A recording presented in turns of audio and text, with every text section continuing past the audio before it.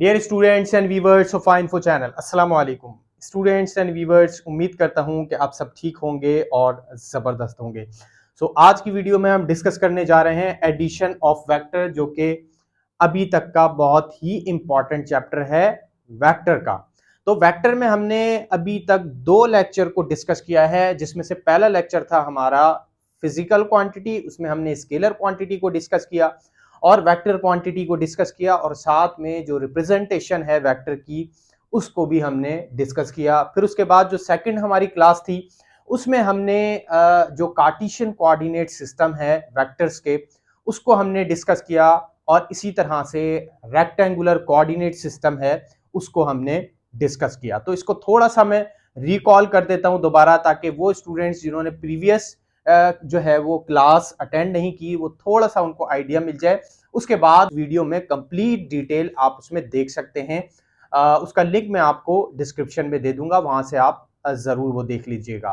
Cartesian coordinate system हम कहते हैं जब वेक्टर को हम ड्रॉ करते हैं तो किसी रेफरेंस पॉइंट से हम ड्रॉ करते हैं। कोऑर्डिनेट सिस्टम हमने डिस्कस किए। कार्टेशियन कोऑर्डिनेट सिस्टम में हमने टू डायमेंशनल कोऑर्डिनेट सिस्टम को हमने डिस्कस किया, जिसमें हमने एक्स एक्सिस और वाई एक्सिस जो टू डायमेंशन प्लेन था उसमें हम वेक्टर को किस तरह से ड्रॉ कर सकते हैं, उसके कोऑर्डिनेट कैसे बना सकते हैं, ये हमने उसमें डिस्कस किया।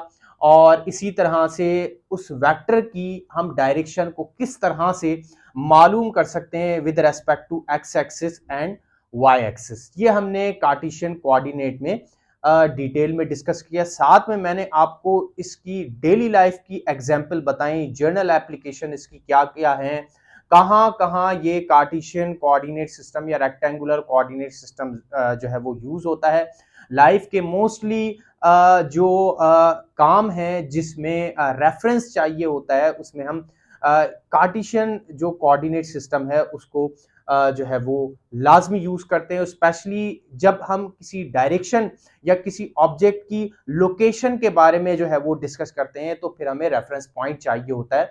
तो वहां पर जो है वो कार्टेशियन कोऑर्डिनेट सिस्टम की इंपॉर्टेंस बहुत ही ज्यादा है, उसको हमने डिस्कस किया। उसके बाद जो है वो three dimensional Cartesian coordinate system, जब हम वेक्टर को स्पेस में ड्रॉ करेंगे तो उसके थ्री जो है वो कोऑर्डिनेट्स बनेंगे, एक्स एक्सिस, वाई एक्सिस और जी एक्सिस। तो ये हमने थ्री डायमेंशनल कोऑर्डिनेट सिस्टम में जो है वो डिस्कस किया, और इसी तरह से उसकी डायरेक्शन को हम मालूम कर सकते हैं alpha, beta and gamma angle के जरिए with respect to X, Y and Z axis. तो ये जो है हमने प्रीवियस वीडियो में डिस्कस किया है। अगर आपने वो वीडियो नहीं देखा तो कंप्लीट डिटेल उसकी आपको वीडियो में मिलेगी, तो आप वीडियो लाजमी देख लें। आज का जो टॉपिक है वो वेक्टर्स के चैप्टर में बहुत ही ज्यादा अहम है, और आज के टॉपिक से जो है वो वेक्टर की जो डेली लाइफ में जो एप्लीकेशंस हैं, जहां जहां भी वेक्टर जो है वो इस्तेमाल होता है, उसके लिए जो है वो आज का टॉपिक बहुत ही ज्यादा अहम है, क्योंकि इसमें जो है वो आपको इसकी इंपॉर्टेंस का पता चलेगा। और इसी तरह से जो एग्जाम्स में जो टॉपिक्स आते हैं वो भी जो है वो यहीं से शुरू होते हैं, और ज्यादातर जो इंट्री टेस्ट में जो क्वेश्चन आते हैं, जो टॉपिक्स आते हैं, वो भी जो है वो ये इसी टॉपिक से जो है वो स्टार्ट होते हैं। तो ये वाला टॉपिक, आज का टॉपिक, इसलिए भी बहुत ही ज्यादा अहम है। तो आपने वीडियो के आखिर तक रहना है और पेन और नोटबुक अपने साथ लेकर बैठना है, ताकि इंपॉर्टेंट पॉइंट्स जो है वो आप नोट डाउन कर सकें। और इसी तरह से लास्ट में आपको जो है वो असाइनमेंट दिया जाएगा, वो भी आपने सॉल्व करना है। शुरू करते हैं। मैं हूं मोहम्मद बिलाल, आपका मेंटर टीचर, एंड आप देख रहे हैं फाइनफो चैनल। बेटा याद रखें, एडिशन ऑफ वेक्टर जो है इसकी इंपॉर्टेंस बहुत ही ज्यादा है, क्योंकि होता यह है कि जब भी हम वेक्टर ड्रॉ करते हैं तो सम टाइम हम दो या दो से ज्यादा वेक्टर जो है वो हमें रिक्वायर्ड होते हैं। इसी तरह से अगर हम जर्नल इसकी एप्लीकेशन में देखें तो किसी ऑब्जेक्ट के ऊपर जब फोर्स लग रही होती है तो मोस्टली दो या दो से ज्यादा फोर्स किसी एक बॉडी के ऊपर, एक जो है वो पार्टिकल के ऊपर लगती है। फिर क्या होता है कि उसका हमें कोई ना कोई रिजल्टेंट जो है वो निकालना होता है, या फिर हमें कोई रिजल्टेंट मिलता है। रिजल्टेंट है वो हम जो है वो किस तरह निकालेंगे, और वो रिजल्टेंट जो है वो कैसे कैलकुलेट होगा। इसलिए भी जो है वो वेक्टर एडिशन बहुत ही ज़्यादा ज़रूरी है। सो वेक्टर एडिशन में जो है वो 2 या 2 से ज़्यादा वेक्टर ऐड होते हैं और उसका कोई ना कोई हमारे पास रिजल्टेंट निकलता है। अब वेक्टर्स को ऐड करने के हमारे पास कई तरीके हैं। मेनली जो तरीके हैं हमारे पास, जो वे हैं, वो हमारे पास 2 वे हैं। 2 तरीकों से हम वेक्टर को ऐड कर सकते हैं और फिर उसका रिजल्टेंट हम कैलकुलेट कर सकते हैं। एक है हमारे पास जो है वो ग्राफिकल मेथड, दूसरा है हमारे पास एनालिटिकल एंड ज्योमेट्रिकल मेथड। आज हम ग्राफिकल मेथड को ही कंप्लीटली डिस्कस करेंगे। उसके बाद नेक्स्ट वीडियो जो होगी उसमें हम एनालिटिकल एंड ज्योमेट्रिकल मेथड जो है या फिर वे है जिसमें हम जो है वो एक या एक से ज्यादा वेक्टर को ऐड करते हैं, उसका रिजल्टेंट कैलकुलेट करते हैं, वो हम फिर उसमें सीखेंगे। तो इसकी डेफिनेशन को देखते हैं। द प्रोसीजर और method of adding 2 or more vectors to obtain the resultant is known as addition of vector। जब भी हम 2 या 2 से ज्यादा वेक्टर, जैसे कि मैंने आपको अभी बताया कि किसी भी बॉडी के ऊपर, ऑब्जेक्ट के ऊपर एक या एक से ज्यादा फोर्सेस लग सकती हैं, फिर हमें उसका रिजल्टेंट चाहिए होता है। तो जब भी 2 या 2 से ज्यादा वेक्टर किसी जो है वो पॉइंट के ऊपर एक्ट करेंगे, किसी बॉडी के ऊपर जो है वो एक्ट करेंगे, तो फिर क्या होगा कि उसका रिजल्टेंट जो है वो फिर हमें जो है वो हमें निकालना होगा।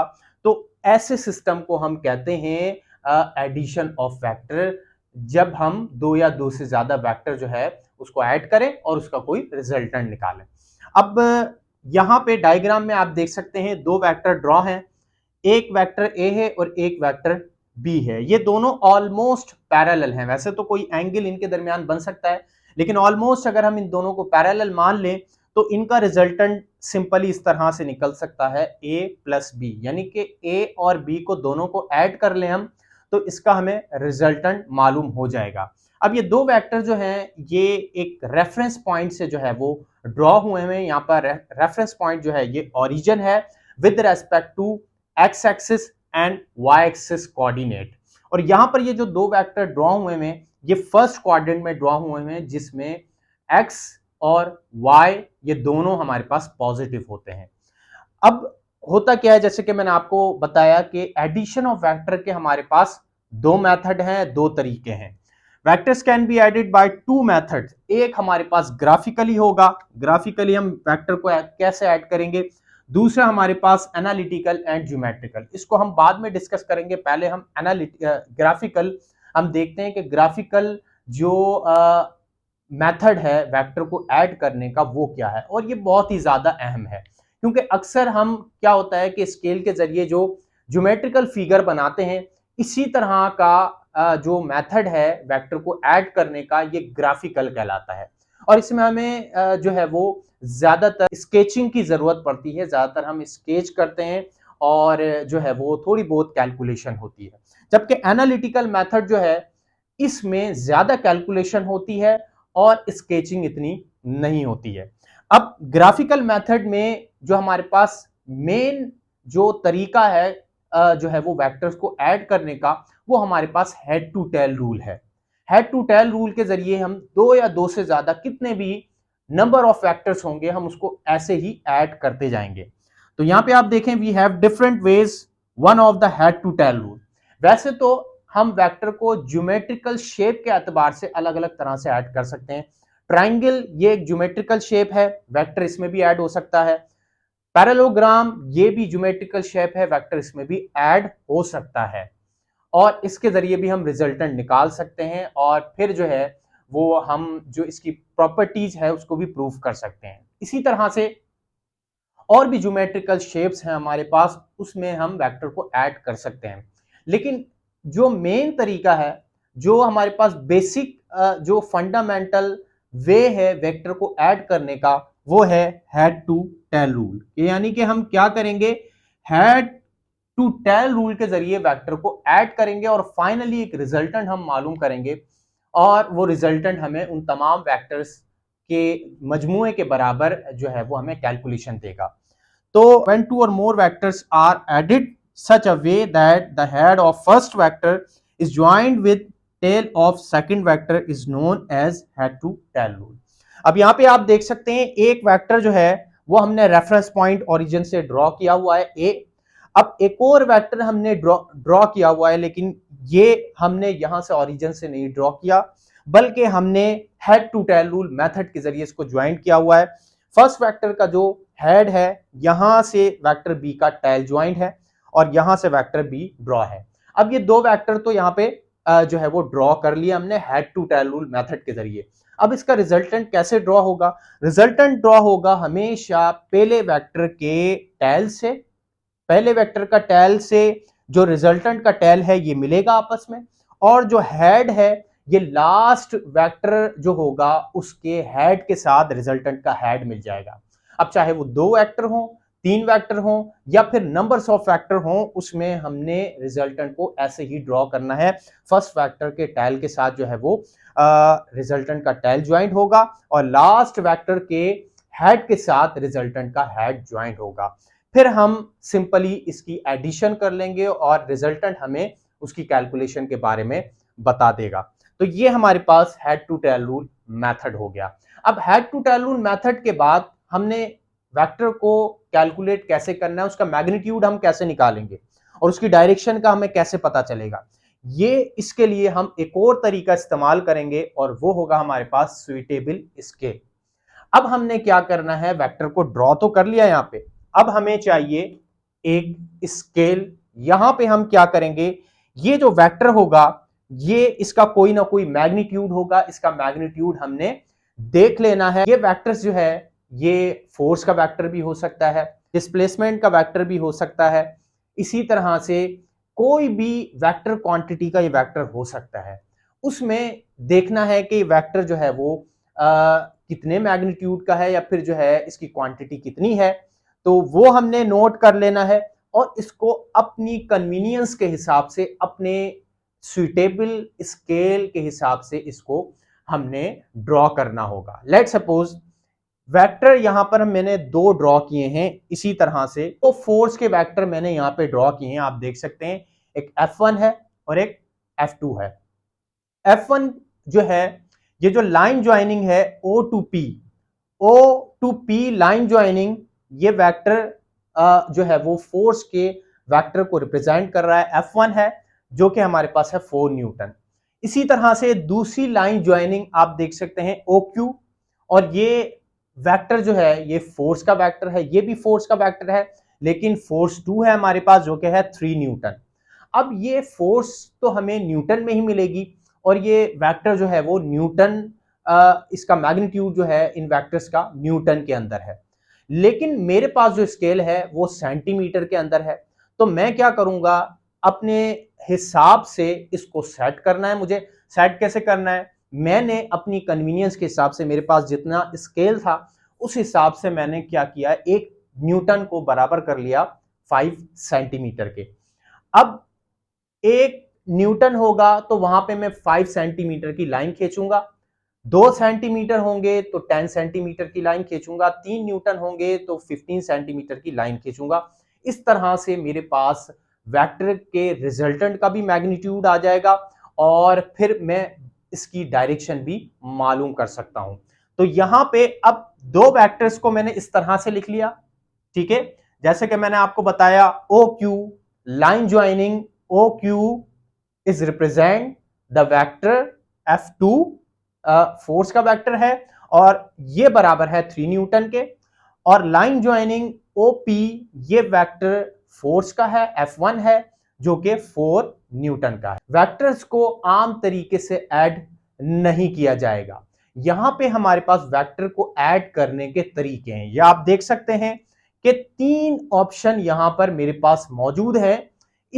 इन दो वेक्टर्स के रिजल्टेंट के आंसर जो है मेरे पास, इन दो वेक्टर के रिजल्टेंट के 3 ऑप्शन मेरे पास मौजूद हैं।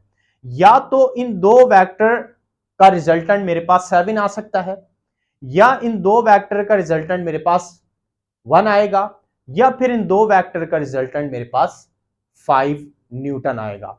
तो इनमें से कोई भी एक ऑप्शन इन दोनों का रिजल्टेंट होगा। अब आप सोच रहे होंगे कि ऐसा क्यों होगा, हमने तो सीखा है कि एडिशन ऑफ वेक्टर में वेक्टर को ऐड कर लेते हैं। वेक्टर को बिल्कुल एग्जैक्टली हम ऐड कर सकते हैं, लेकिन सिंपली तरीके से नहीं। डिपेंड करेगा कि जो वेक्टर्स जो ऐड हुए हैं उनके दरमियान एंगल कितना है। वेक्टर्स के दरमियान एंगल बहुत ही इंपॉर्टेंट है। एंगल ही डिसाइड करेगा कि उनका जो रिजल्टेंट है वो कैसे कैलकुलेट होगा। आया सिंपली अरिथमेटिक तरीके से उनको हम ऐड कर लेंगे, या फिर कोई ना कोई फॉर्मूला लगा के उसको उसका रिजल्टेंट कैलकुलेट किया जाएगा। अब नॉर्मली तौर पर जो हमारे पास स्केलर क्वांटिटीज होती हैं उसको तो हम सिंपल ऐड कर लेते हैं। लेट सपोज अगर हमारे पास मास हो m1 20 kg और एक m2 हो हमारे पास 25 kg, तो इसको ऐड करने का तरीका क्या होगा? बहुत ही सिंपल है। m बराबर है m1 प्लस m2। ये हमने सिंपली इसको ऐड कर लिया और यहां पे हमारे पास 20 plus 25 which is equal to 45 kg। आराम से आंसर आ गया, सिंपली ऐड किया है। लेकिन ये क्या थी हमारे पास, कौन सी क्वांटिटीज थी? स्केलर क्वांटिटीज थी। हमने सिंपली ऐड कर लिया, 45 kg हमारे पास आंसर आ गया है। ये तो स्केलर क्वांटिटी में बिल्कुल इसी तरह होता है, सिंपली वे है ऐड करने का। लेकिन जब हम फोर्स की बात करेंगे, डिस्प्लेसमेंट की बात करेंगे, इस तरह की दीगर वेक्टर क्वांटिटीज की बात करेंगे, तो वो हमारे पास इस तरह से सिंपली ऐड नहीं होंगे। हो भी सकते हैं, नहीं भी हो सकते, because depending upon the angle between them, कि उनके दरमियान जो एंगल है वो कितना है।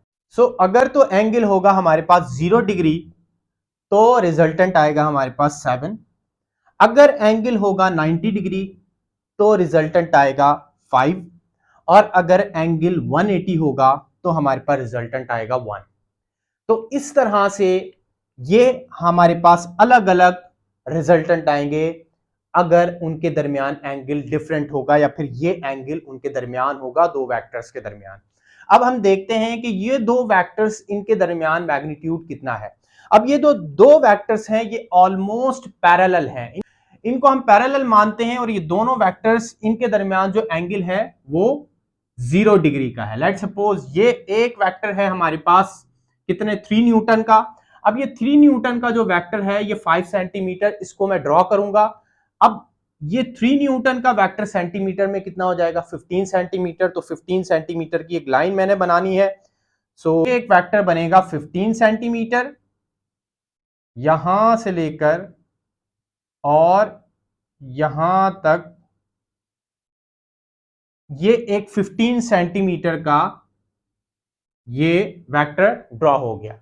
इसी तरह से जो दूसरा वेक्टर है 4 न्यूटन का है, इसको अगर मैं सेंटीमीटर में कन्वर्ट करूंगा तो ये कितना हो जाएगा? ये 20 सेंटीमीटर हो जाएगा। तो यहां पे मैं head to tail rule method के जरिए इसको यहां पे ड्रॉ कर दूंगा 20 सेंटीमीटर। ये लाइन ड्रॉ हो गई है 20 सेंटीमीटर। ये 20 सेंटीमीटर का ये वेक्टर हो गया। अब दो वेक्टर मैंने F2 और F1 ये मैंने ऐड कर दिए by head to tail rule method. अब इसका रिजल्टेंट मैंने निकालना है, तो क्या होगा? इन दोनों के एडिशन के बराबर। अब इन दोनों का एडिशन कितना है? 20 और प्लस 15, 35 सेंटीमीटर। अब इनका जो रिजल्टेंट निकलेगा वो कितना निकलेगा? 35 सेंटीमीटर निकलेगा। 35 सेंटीमीटर यहां पे निकलेगा, यानी कि एक मैंने लाइन ड्रॉ करनी है 35 सेंटीमीटर की। तो अब यहां पे मैं इस स्केल से, ये 30 सेंटीमीटर का स्केल है, अब 35 सेंटीमीटर के लिए मैं यहां से एक लाइन खींचूंगा 35 सेंटीमीटर की। तो यहां से 1 सेंटीमीटर से और ये आगे तक मैंने लाइन ड्रॉ करनी है। ये 35 सेंटीमीटर की एक लाइन ड्रॉ हो गई। अब ये क्या जो है वो, ये वाला वेक्टर किस चीज को रिप्रेजेंट कर रहा है? ये रिजल्टेंट को रिप्रेजेंट कर रहा है। और इससे मुझे पता लगा कि ये जो रिजल्टेंट है जो कि इन दो वेक्टर्स के एडिशन से मिला है। अब सिंपली मैंने इसको ऐड किया। ऐड क्यों किया? क्योंकि इन दो वेक्टर्स के दरमियान जो एंगल है वो है 0 डिग्री का। दो वेक्टर्स के दरमियान जो एंगल होगा वो 0 डिग्री का होगा। तो सिंपल वेक्टर्स ऐड होंगे और उनके एडिशन के बराबर जो मैग्नीट्यूड आएगा वो रिजल्टेंट का मैग्नीट्यूड होगा, जैसे कि ये मेरे पास निकल गया। तो इस तरह से मैंने ग्राफिकल वेक्टर जो है उसका मैग्नीट्यूड निकालना है, वेक्टर को ड्रॉ करके और स्केल को सेट करके। अब हमने क्या करना है, सेंटीमीटर में तो आंसर निकाल लिया, लेकिन मुझे सेंटीमीटर में तो नहीं चाहिए। आंसर के ऑप्शन जो है वो न्यूटन के अंदर है। अब आप दोबारा इनको किस में कन्वर्ट कर लें, आप न्यूटन के अंदर कन्वर्ट कर लें। कैसे कन्वर्ट करेंगे? आप जो है वो 5 से डिवाइड करवा दें, क्योंकि 1 न्यूटन 5 सेंटीमीटर के बराबर है। सो लिहाजा आप सेंटीमीटर से न्यूटन में जा रहे हैं तो 5 से इसको डिवाइड करा लें। सो 5 को हम इससे 5 को डिवाइड कराएंगे तो हमारे पास आंसर आ जाएगा 7 न्यूटन। 7 न्यूटन हमारे पास आंसर आ गया। सो इट मींस ये जो वेक्टर है ये 7 न्यूटन का है, यानी कि ऑप्शन 1 जो है ये हमारे पास दुरुस्त है।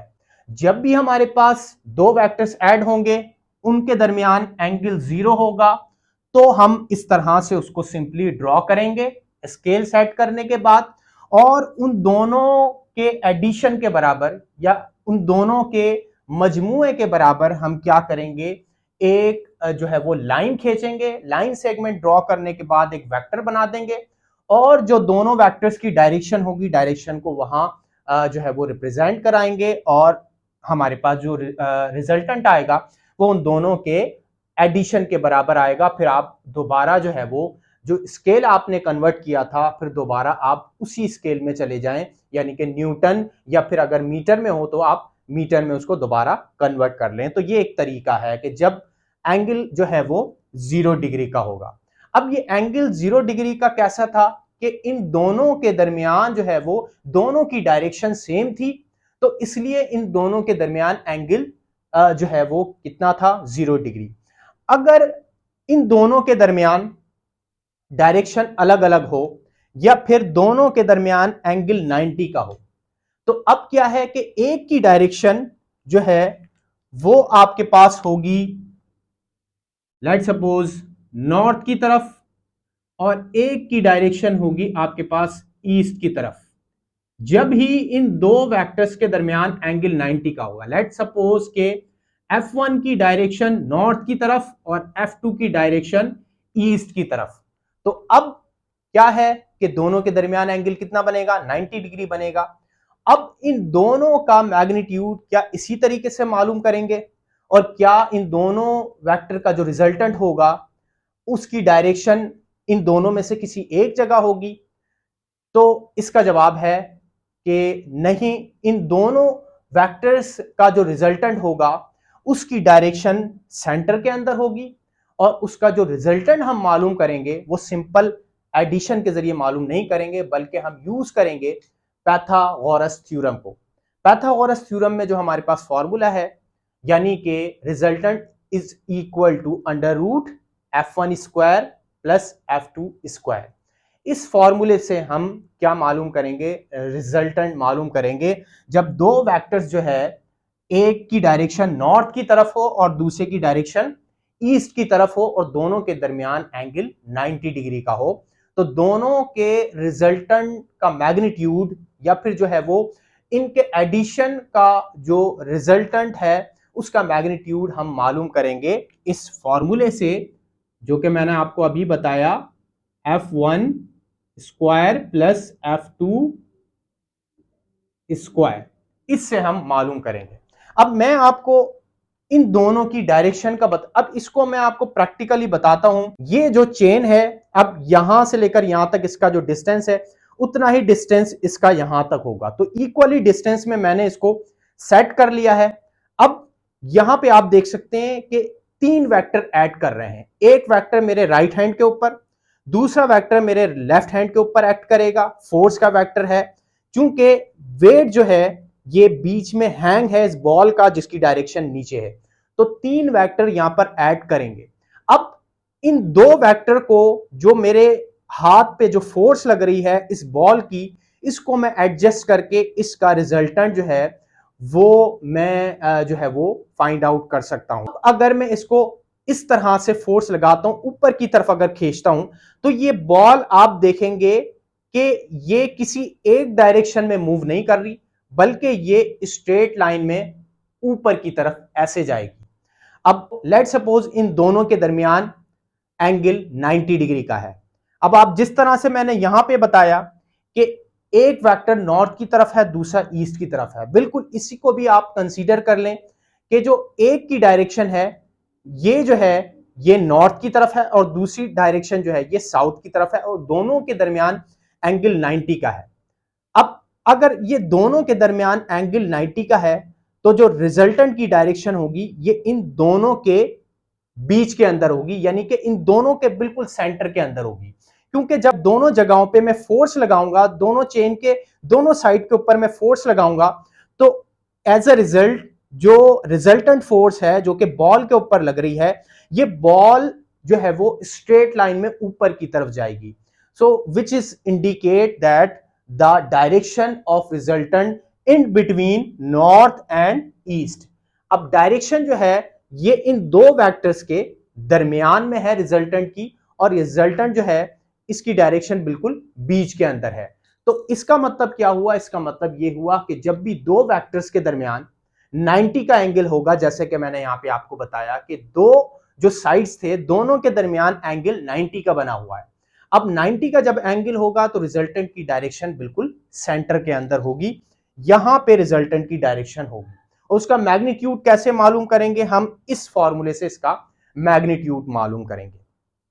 अब इसका मैग्नीट्यूड आपने खुद निकालना है, यही आज का आपका असाइनमेंट होगा, और मुझे आपने इसका आंसर जरूर देना है। कमेंट सेक्शन में भी इसका आंसर मुझे आप दे सकते हैं। तो अब यहां पे हमारे पास कौन सा एंगल रह गया? यहां पे हमारे पास एक और वेक्टर रह गया जिसके दरमियान एंगल 180 का हो। अब जब दो वेक्टर्स के दरमियान एंगल 180 का होगा, लेट सपोज ये F1 जो है इसके अपोजिट डायरेक्शन में होगा, या F2 जो है F1 के अपोजिट डायरेक्शन में होगा, तो अब क्या होगा? इन दोनों की डायरेक्शन चेंज हो जाएगी।